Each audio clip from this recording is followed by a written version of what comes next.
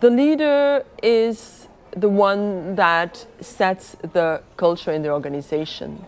And today we see a lot of change, and I believe that's why I'm here in Poland also in the summit of online happiness at work. And Renata is really a driving force with the power meetings to set that up, because also it's very new here in Poland. And the leaders have to show the example. And I have somebody here that I hope soon that will be the old way of leading. But today we see a major shift in leadership, because also leaders, they forget that they have to be happy. We are all human beings, it doesn't matter which level you are. So there is an awareness growing. We have great people like Simon Sinek, for example, who really emphasize that part of the leadership.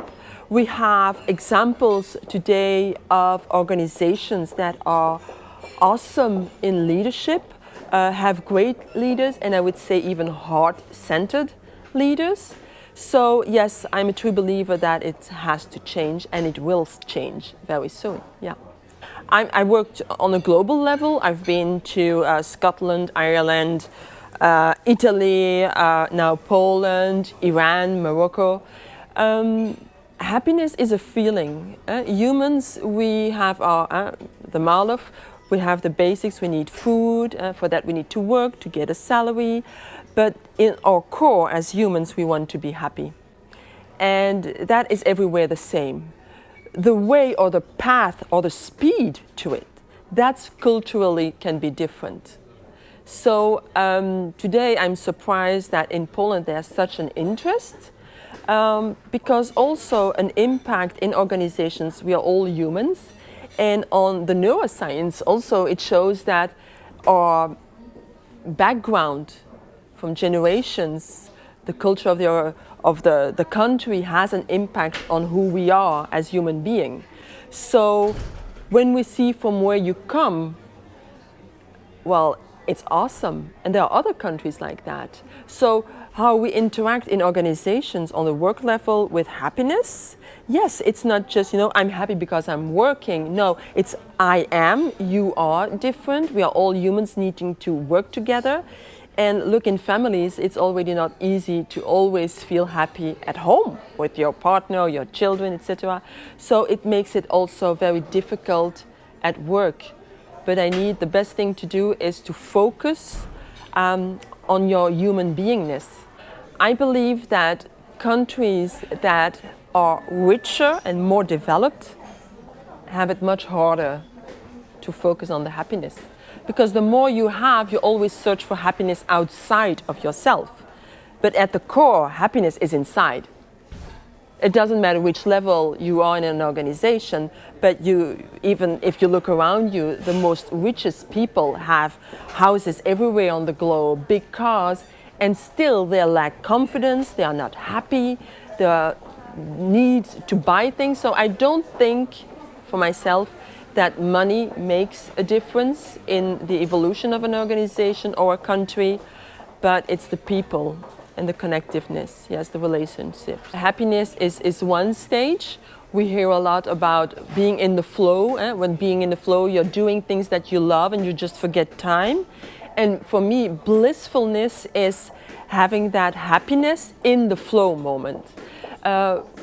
Being happy or happiness at work is not about being happy all the time, but it's important for an individual to be happy most of the time. That's a fact. And that's why I developed my 3A model. That's around awareness. You first have to know what is going on and also reflect to yourself what's happening. Am I happy? Do I like the environment, etc.? Then you have also to accept, because everything is a result of a decision you have taken or an action. You always have that, and then you can take actions. What do I like? What gives me energy? What don't I like? Even if it's tricky, often people say, oh, I cannot lose my job, I need it. It's fear, and we know that fear is something that keeps you stuck. So it's a question, if you follow those 3 steps and you can go back, awareness. What do I see? What do I feel? What do I need? Is it okay with me or not? You can put in place some actions, and you can do that on a private level and in the organization.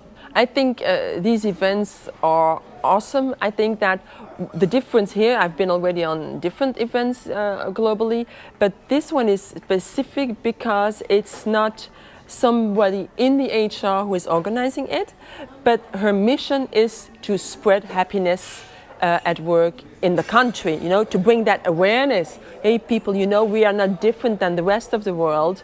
I think that's a good thing. And when I see here you have a lot of HR people, business people, that's very important. And maybe the next one could be something, you know, to have workers to come. But often it's for HR people. And I think that if HR people come to events like this, they can get a little breadcrumbs, you know, to get tips, tricks, to speak with each other, to exchange. It doesn't matter, HR is HR, you know, if you go to Iran or you go to Belgium, it's all the same. So exchanging and getting out of your bubble. Because when you're in your bubble, you think, oh, it's just this way, it has to go. No, there's much more possible. Top management can be hard to convince, but I believe that if we are able to connect to the human beingness, you know, and show figures, we start here, we have an issue, and let's make a plan, because I'm sure we get there and we will increase, like retention, for example, will go up by 30%. Then you start on a good basis, because leaders need figures.